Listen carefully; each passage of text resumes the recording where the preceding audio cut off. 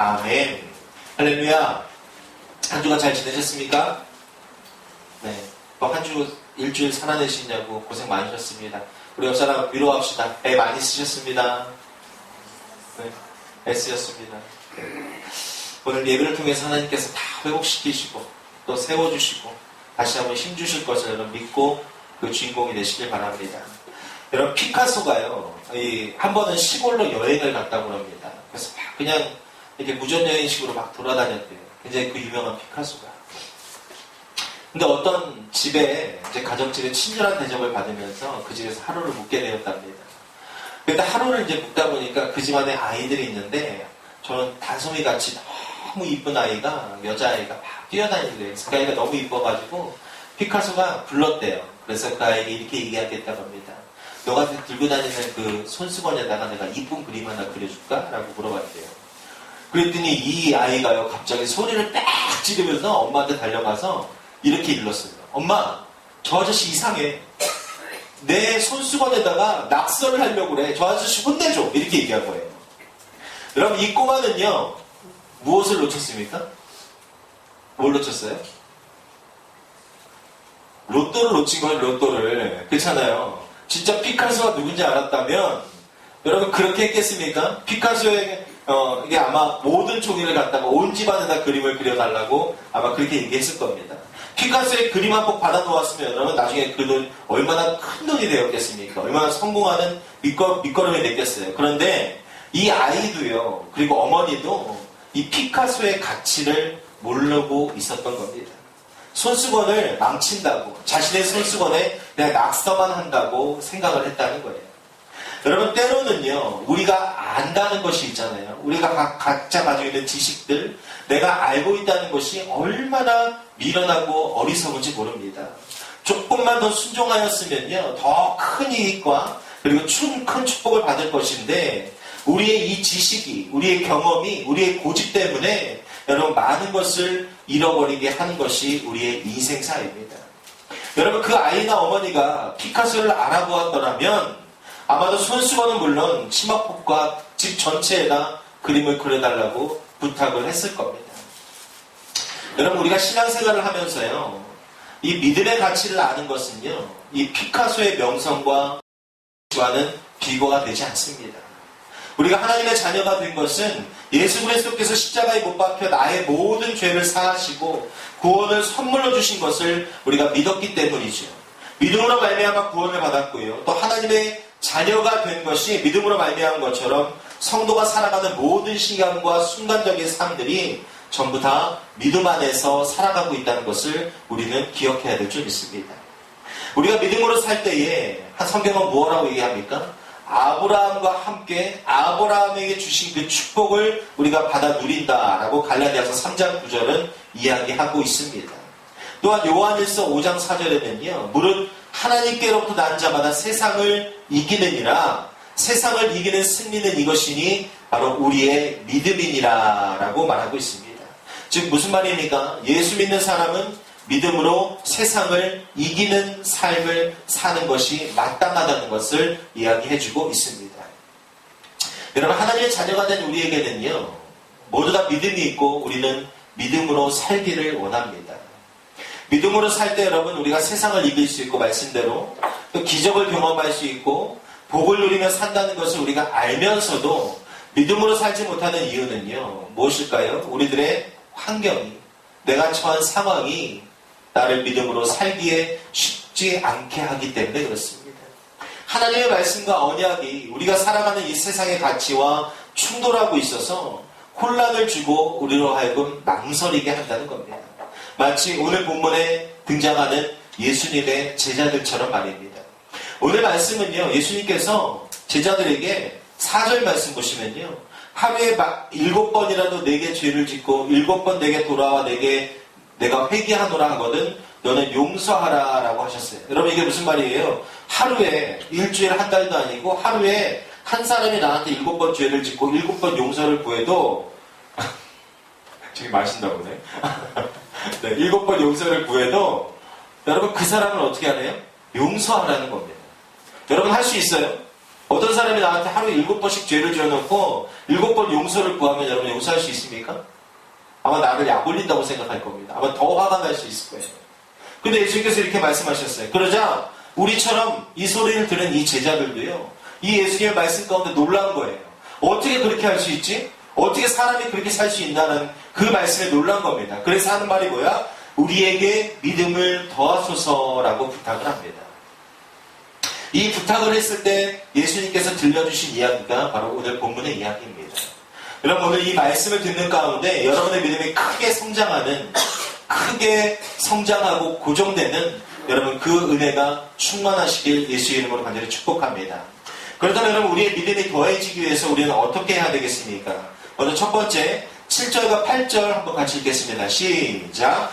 너희 중 누구에게 밭을 갈거나 양을 치거나 하는 종이 있어 밭에서 돌아오면 그더러 곧 와 앉아서 먹으라 말할 자가 있느냐? 도리어 그더러 내 먹을 것을 준비하고 띠를 띠고 내가 먹고 마시는 동안에 수동 들고 너는 그 후에 먹고 마시라 하지 않겠느냐. 아멘. 여러분, 종은요 하루 종일 무엇을 합니까? 밭을 갈고 양을 칩니다. 주인을 위해서 일하는 것이 종입니다. 집에 돌아와서는 또 저녁을 준비해서 주인에게 바치고 또 주인이 뭔가 필요한 것이 없나 살피고 심부름을 하는 것이 종의 삶입니다. 청소도 하고 물도 떠와야 됩니다. 일했다고 해서 쉴 수 있고 대접받을 수 있는 것이 종의 인생이 아닙니다. 일하고 또 일해야 됩니다. 들에서도 집에서도 계속 일만 하는 것이 바로 이 종의 삶이죠. 사람이 일하고 싶을 때 여러분 일하면 어떻게 할까요? 행복합니다. 내가 하고 싶은 일하고 내가 일하고 싶을 때 일하면 행복해요. 내가 쉬고 싶을 때 쉬고요. 내가 먹고 싶을 때 먹고 앉고 싶을 때 앉고 말하고 싶을 때 말하면 여러분 아마 그것처럼 행복한 인생이 없을 겁니다. 그러나 문제는 무엇이냐? 종에게는 그런 자유가 없다는 겁니다. 종은요, 쉴 때에 쉬지 못하고 먹을 때에 먹지 못합니다. 누구의 눈치를 봐야 됩니까? 주인의 눈치를 봐야 됩니다. 주인의 허락이 있어야 된다는 거예요.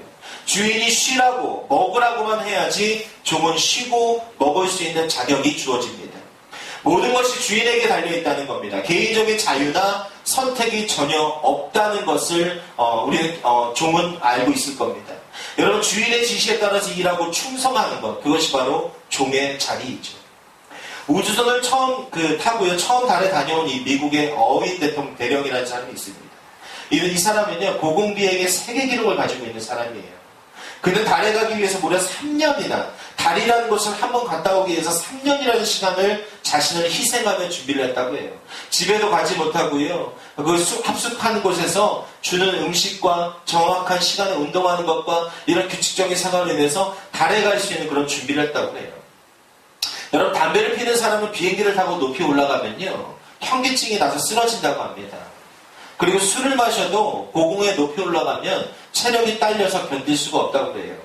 1970년대 당시에는요, 가장 깨끗하고 가장 온전하게 철저하게 3년간 훈련해야지만 달에 갈 수 있었다고 그래요. 즉, 이 어윈 대령은요, 가족들과 떨어져가지고 3년간 가장 깨끗하고 가장 순수하고 가장 온전한 훈련들을 감당해냈다는 겁니다. 여러분, 우리도 마찬가지죠. 우리는 주님을 만나기 원하는 사람들입니다. 우리가 주님을 맞이하고 여러분 그분을 기쁘게 해드리기 위해서 여러분 우리 삶 가운데 어떠한 노력이 있는지 한번 점검해야 될 줄 믿습니다. 내가 그분을 만나기 위해 내가 그분을 기쁘게 해드리기 위해서 내 인생 가운데 얼마나 노력을 하고 있는지, 달에 한번 가기 위해서도 이 한 사람은 3년이라는 시간 동안 모든 것을 다 끊고 금하고 그것에 집중해서 준비하는 그 인생인데, 우리는 얼마나 주님을 만나기 위해서, 주님을 기쁘게 해드리기 위해서 우리가 노력하고 있느냐는 겁니다. 나 하고 싶은 대로 다 하고요, 기분 따라 형편대로 살고 있지 않은지 우리 점검해야 됩니다. 내 기쁨과 만족을 위해서 주님을 이용하고 조정하고 있지 않은지 여러분 점검해야 된다는 겁니다. 여러분, 신앙생활을 한다고 하면서 예수 믿는 사람보다 자기를 믿는 사람들이 더 많습니다. 주의 일을 하는 사람보다 자기 일을 하는데 바쁜 사람들이 너무나 많다는 겁니다. 예수님을 기쁘게 하기보다는요, 자신을 기쁘게 하는 목적으로 신앙생활을 하고 주님을 그곳에 이용하는 사람들이 많이 있다는 거예요. 신앙생활을 열심히 한다고 하는 사람 중에도요, 예수님께 충성하는 것이 아니라 자기 자신의 내면으로부터 들려오는 그 음성 가운데 충성하려고 애쓰는 사람들이 많이 있다는 겁니다. 여러분, 우리 모두는요, 기억하십시오. 다시 한번 회복하시길 바랍니다. 우리 모두는 예수 그리스도의 종입니다.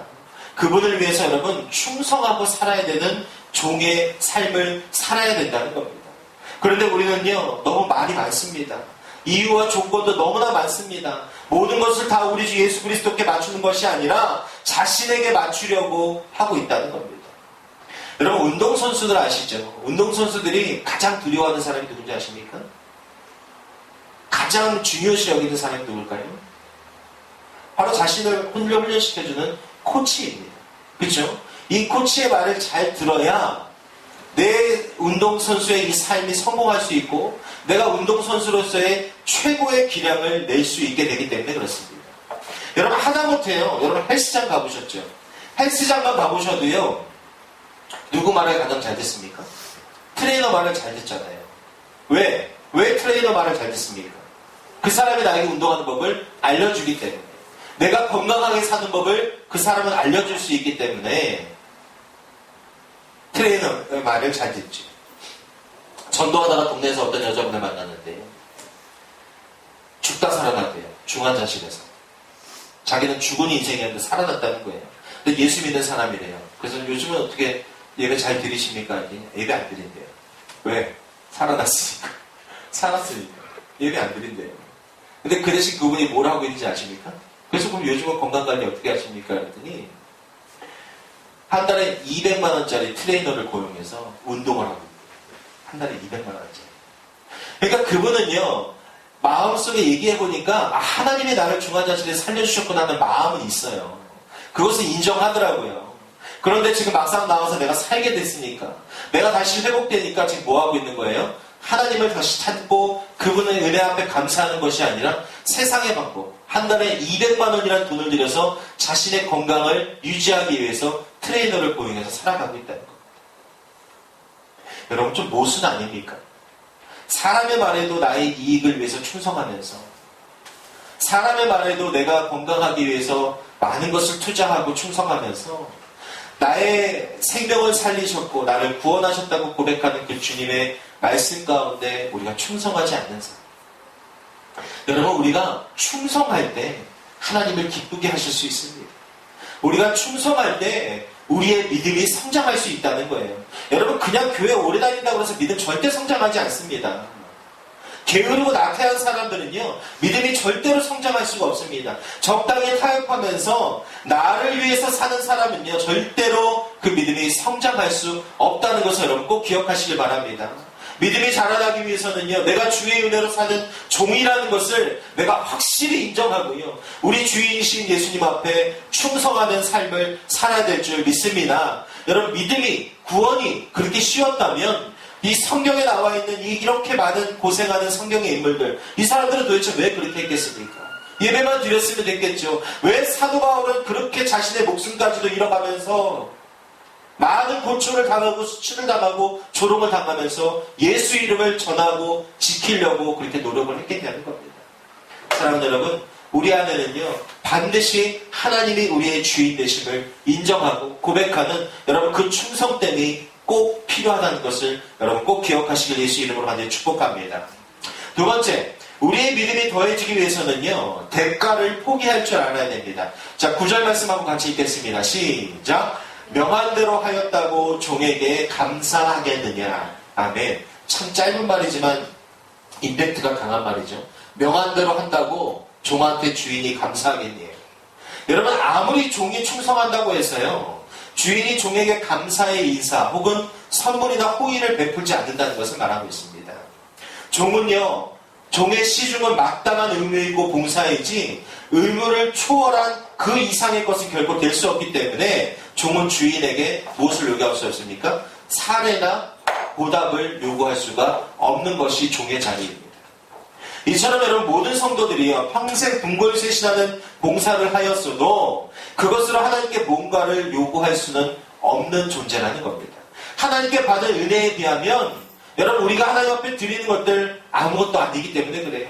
우리가 매주 봉헌하고요, 또 봉사하고 전도하고 내 삶을 드린다고 할지라도 온 세상 만물을 주님께 다 드린다고 해서 주님이 우리에게 베푸신 그 은혜를, 그 사랑을 우리는 갚을 수가 없는 존재이기 때문에 그렇습니다.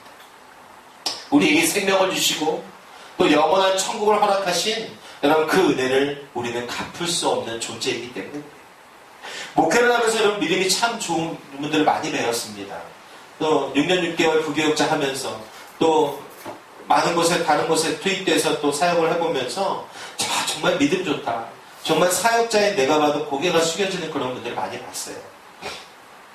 그분들은요 교회 안에서 특징이 있죠. 그 누구보다도 열심히 봉사를 합니다.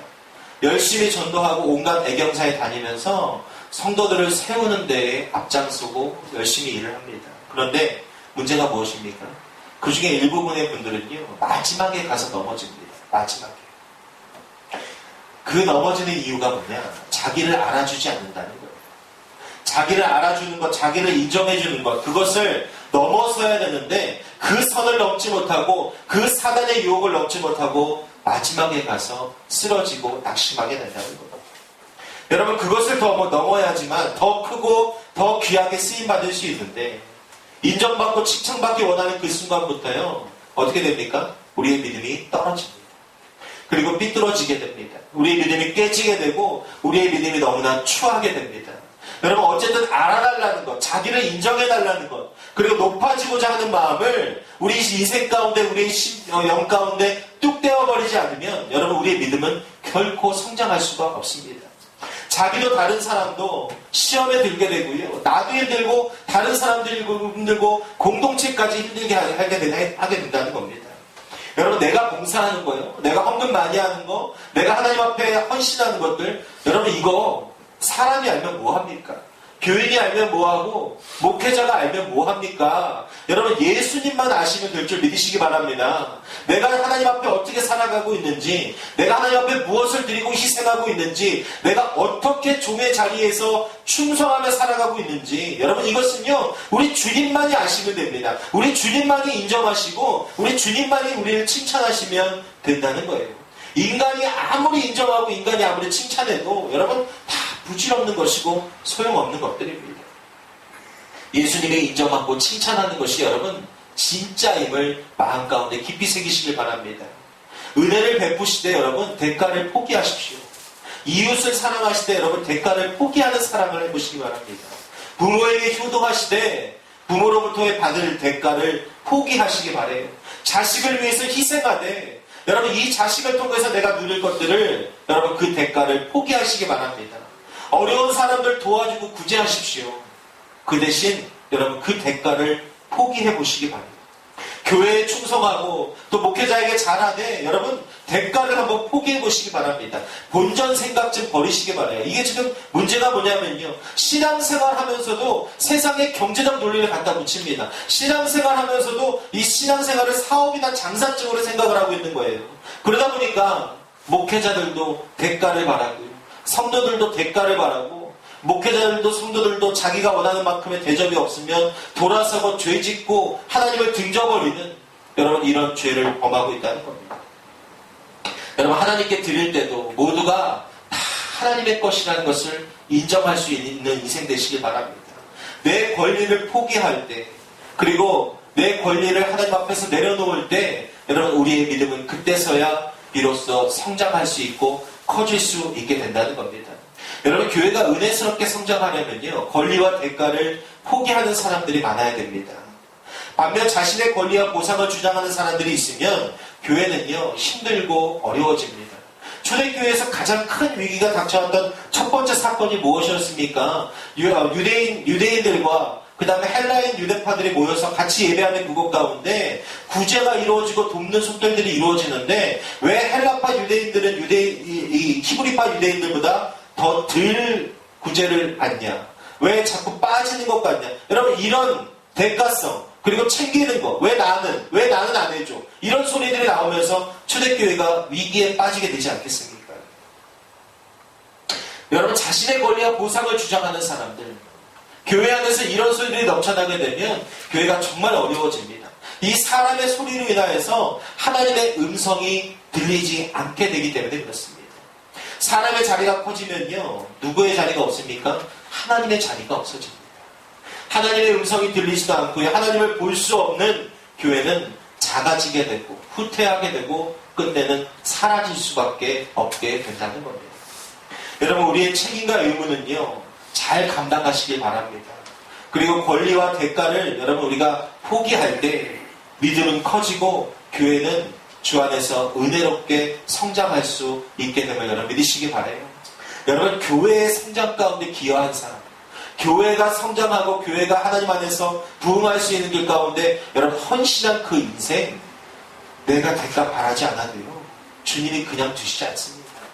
하나님이 기쁨을 이기지 못하시는 그 대상, 여러분 전지전능하신 하나님께서 세상에서 못하실 것이 없고 못 이길 것이 없으신 그분이 나로 인해서 기쁨을 이기지 못하시게 되는 그 대상, 그 주인공은요, 하나님께서 절대로 그냥 두시지 않는다는 겁니다. 마음껏 부어줘도 교회를 위해서 헌신하고 마음껏 부어줘도 하나님 나라를 위해서 봉사하고 희생하는 그 인생에 왜 하나님께서 부어주시지 않겠습니까? 왜 하나님께서 그 인생을 축복하지 않겠냐는 겁니다.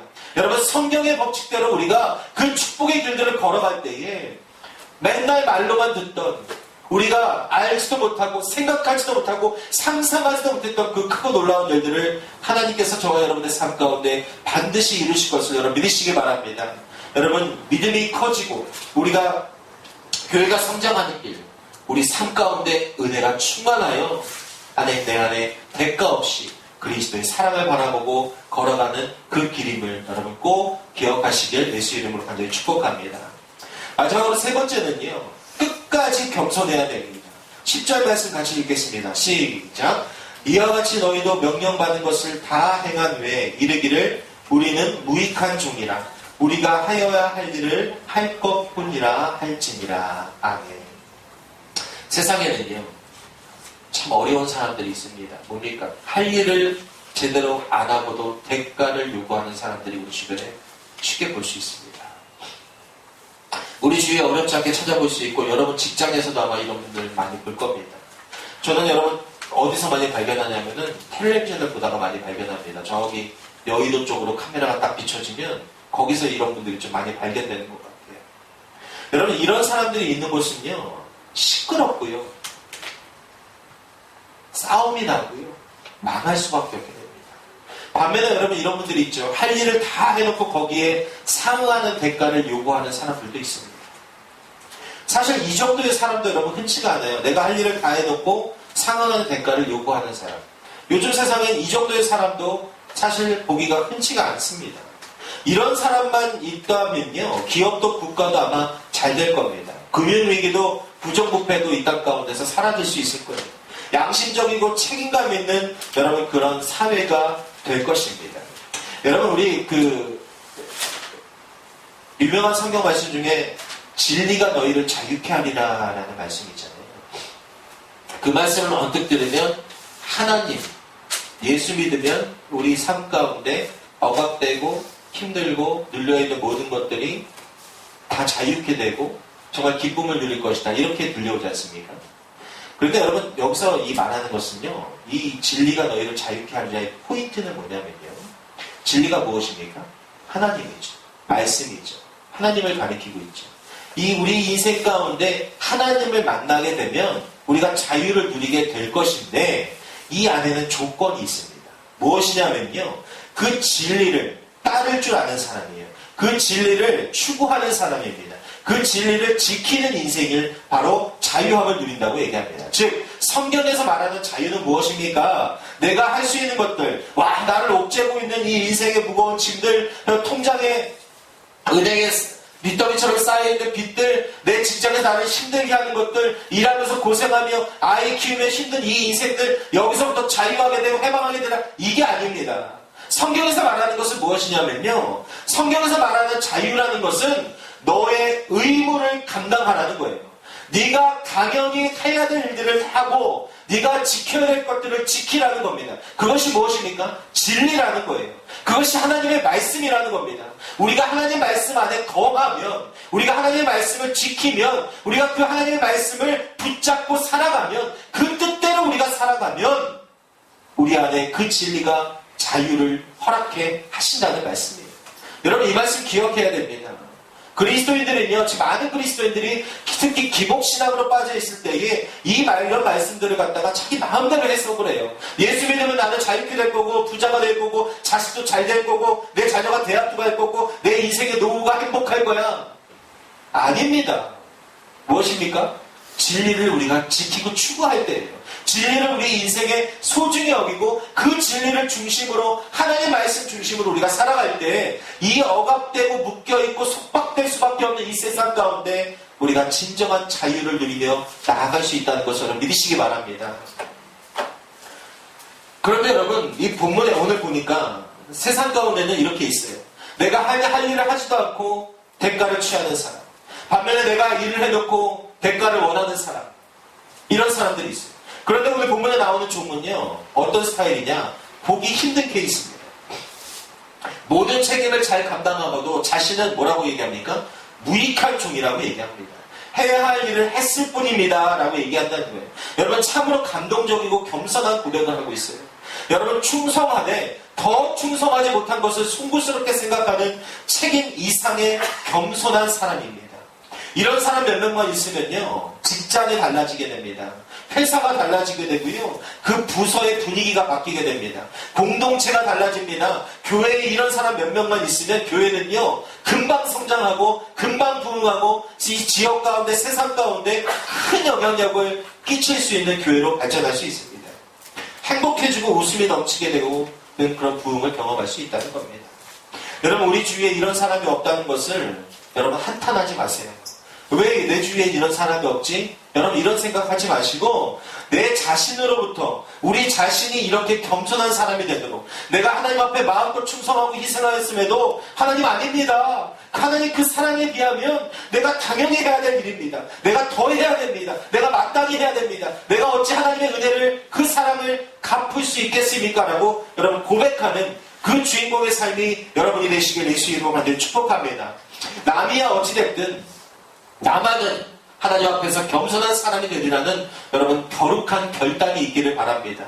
나의 겸손으로 나와 관련된 모든 사람들이 달라지고 변화하는 그 사회 역사를 이루길 바랍니다. 여러분 요즘 많은 사람들이, 기독교인들이요, 이렇게 이야기합니다. 네이버에도요, 교회 관련을 쳐보면 많은 그 단어 중에 무슨 글이 있습니까? 좋은 교회 어디입니까? 이렇게 봅니다. 좋은 교회 아시는 분 답변 좀 해주세요. 제가 풍무동으로 이사 왔는데요, 이 근처에 좋은 교회 있습니까? 라는 질문이 있어요. 여러분 좋은 교회가 있습니까? 있어요? 없어요. 좋은 교회가 있는 것이 아니라 뭐가 있습니까? 좋은 성도가 좋은 교회가 되는 겁니다. 하나님 앞에서 훌륭한 성도가 훌륭한 교회를 만드는 것이고, 내 자신이 좋은 성도가 되어야 내가 속한 공동체가 좋은 교회로, 성장하는 교회로, 부흥하는 교회로, 내가 꿈꾸는 교회로 여러분 그렇게 발전하고 부흥할 수 있다는 것을 여러분 꼭 기억하시길 바랍니다. 모든 감동과 변화는 어디서부터 시작됩니까? 나로부터 시작됩니다. 자, 우리 옆 사람에게 한번 얘기해 봅시다. 모든 감동과 변화는 당신으로부터 시작됩니다. 지금 저기 다솜아빠나 경고 3번이에요. 계속 안 하고 있는데 아까부터 자꾸 앞으로 나와서 내가 그냥 많이 피곤하지. 아무튼 여러분 모든 감동과 변화는 나로부터 시작된다는 거예요. 여러분 실화인데요. 옛날에 이런 일이 있었다고 그래요. 어떤 미국에서 자동차 정비공이요, 정말 유명한 자동차 정비공이 자동차를 몰고 고속도로를 가고 있었는데 차가 고장이 났대요. 원숭이도 나무에서 떨어지죠. 자동차 정비공이 차가 고장이 나는. 이 사람이 차를 세우고 자기 정비공이니까 차에 장비도 다 있고 차를 막 보고 있는데 도저히 알 수가 없더래요. 그런데 어떤 사람이 차를 타고 지나가다가 좀 어려워하는 것을 보고 내렸는데 어떤 노인이더래요. 노인이 내려가지고 정비공한테 이렇게 물어보더래요. 차가 고장난 것 같은데 제가 좀 봐드릴까요? 이렇게 물어봤대요. 그랬더니 이 정비공이 뭐라고 그랬냐? 뭐라고 했을까요? 할아버지, 저쪽으로 가 계세요. 제가 자동차 고치는 사람이에요. 무슨 말씀하시는 거예요? 가만히 계세요. 제가 알아서 할 테니까. 이렇게 했는데 시간이 꽤 지났는데도 못 고치고 있는 겁니다. 그래서 노인이 또 한 번 더 물어봤대요. 제가 잠깐만 좀 봐도 되겠습니까? 라고 얘기했더니 이 정비공이 이제 하나하나 지쳤으니까 마음대로 하십시오. 보세요. 뭐 본다고 달라집니까? 이렇게 얘기했다고 해요. 근데 이 노인이 그 안에서 뭐 약간만 만지더니 자동차 시동이 바로 걸리더라는 겁니다. 이 정비공이 너무나 놀랬지요. 그래서 노인에게 물어봤어요. 아니 당신 도대체 뭐 하는 사람인데 어떻게 이렇게 차를 잘 고칩니까? 정비공 출신입니까? 라고 물어봤더니 이 노인이 대답한 것이 뭐라고 대답했냐? 저는 이 차를 설계하고 만든 포드 회사의 포드입니다. 라고 얘기해요. 그러니까 그 차를 만든 사람이 그 차를 고친 거예요. 그 대답 앞에서 이 정비사는요, 고개를 들지 못했다고 그래요. 여러분, 세상의 모든 것을 다 아는 사람들 없습니다. 그죠? 모든 것을 잘하는 사람도 없습니다. 모든 것을 가지고 있는 사람도 우리 존재하지 않습니다. 그러나 여러분, 우리 인생 가운데 반드시 우리의 부족함을 채워줄 그 누군가는 존재한다는 거예요. 우리가 손을 내밀어서 그 사람을 붙잡을 수 있다는 겁니다. 그렇게 여러분 우리 인생은요 누군가의 도움이 반드시 필요한 인생입니다. 여러분 이것을 인정하고 손을 내밀 줄 아는 사람이 어떤 사람이에요? 겸손한 사람이에요. 창피한 사람이 아니라 나의 부족함을 알고 손을 내밀 줄 아는 사람이 겸손한 사람이고 지혜로운 사람이라는 겁니다. 여러분 항상 이기적이고 자기 우월감에 빠져 사는 사람은요 교만한 사람이고 아주 불행한 사람이에요. 일상생활도 힘들지만 여러분 신앙생활도 힘들게 됩니다. 하나님은 교만한 자를 물리치시고 겸손한 자에게 은혜를 주신다라고 야고보서 4장 6절에 기록하고 있기 때문에 그렇습니다. 사랑하는 여러분, 그동안 겸손하지 못했던 부분이 있다면 여러분 하나님께 회개합시다. 그동안 겸손하지 못했던 것들 여러분 사람들에게 사과하는 인생 되길 바랍니다. 내 가족에게, 내 친구에게, 내 교우들에게, 직장 동료에게 여러분 나의 겸손하지 못한 부분이 있었다면 사과합시다. 그리고 끝까지 겸손하게 살겠다고 여러분 결단하시고 하나님께서 능력을 주시도록 여러분 기도하는 인생들 되시길 바랍니다. 분명히 하나님께서 기뻐하시고 우리에게 겸손의 능력을 주실 줄 믿습니다. 교만하면 여러분 믿음이 자라지 않습니다. 겸손의 골짜기가 깊어야지 여러분 은혜의 봉우리가 높아질 수 있게 되는 겁니다. 어떠한 경우라도 어떠한 자리라도 어떤 사람 앞에서도 여러분 겸손의 모습을 잃지 말아야 될 줄 믿습니다. 사랑하는 성도 여러분, 우리에게 믿음을 더하소서라는 이 제자들의 간구가 오늘 이 예배를 시작으로 주님 앞에 여러분의 간구가 되시길 축복합니다. 날마다 여러분의 믿음이 더 커지기를 축복해요. 교회를 벗어나서 가정에서 직장에서 생활하면서 자신의 믿음 없음을 자책하고 믿음으로 살지 못하는 것을 여러분 괴로워한다면 오늘 말씀처럼 여러분 주님 앞에 충성을 결단하고 노력하시길 바랍니다. 대가를 포기하는 연습을 여러분 날마다 해보시길 바라요. 여러분 끝까지 겸손하도록 주님 앞에서 노력해 보시길 바랍니다. 조금씩 운동을 하면서 근육을 키워가듯이 여러분의 믿음 또한 잘할 수 있게 될 것이고 시간이 지나면 어느새 믿음으로 세상을 이기고 있는 나 자신을 발견하게 될 줄 믿습니다. 또한 하나님께서 아브라함에게 주셨던 그 복을 여러분 누리고 있음을 분명히 알게 될 날이 오실 줄 믿으시기 바랍니다. 사랑하는 여러분, 다시 한번 여러분 위해 날마다 믿음이 더해지는 복된 인생 되시길 예수 이름으로 간절히 축복합니다.